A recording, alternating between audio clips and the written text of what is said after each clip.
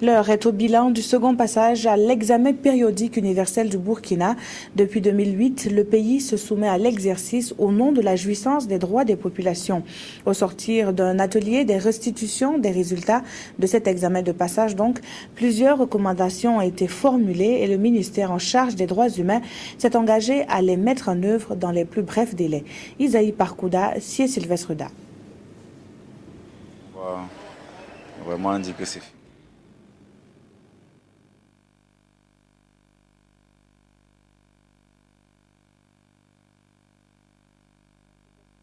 Le temps de revenir sur le reportage. Deux collectivités décentralisées partagent leurs expériences au profit de la filière maraîchère. Il s'agit du Conseil régional du Centre au Burkina et du Conseil général de la Vienne en France. La région française, très engagée dans le développement local du Burkina, a dépêché une délégation venue constater les réalisations financées dans le cadre d'un projet de développement de la filière maraîchère biologique. Le point avec Wendata Nathalie Kaouré. Ce sont des parlementaires, des représentants des départements ministériels, des organisations de la société civile qui prennent part à cette rencontre de restitution des résultats du deuxième passage du Burkina Faso à l'examen périodique universel EPU adopté par le Conseil des droits de l'homme des Nations Unies.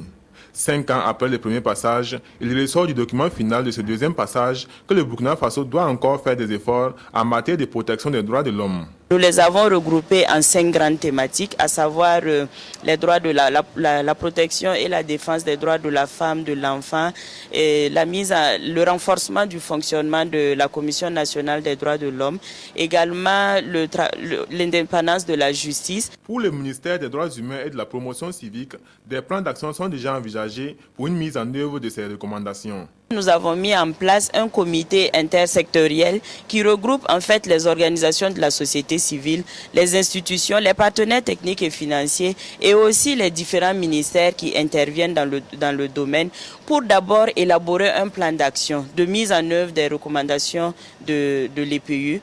Ensuite, nous allons repartir vers les différents ministères pour voir comment est-ce qu'on peut prendre en compte la mise en œuvre de ces recommandations dans les différents plans sectoriels. L'examen périodique universel est un baromètre qui permet d'évaluer la manière dont les États s'acquittent de leurs obligations en matière de droits de l'homme. Et pour ce deuxième passage, 165 recommandations au total ont été formulées à l'endroit du Burkina Faso.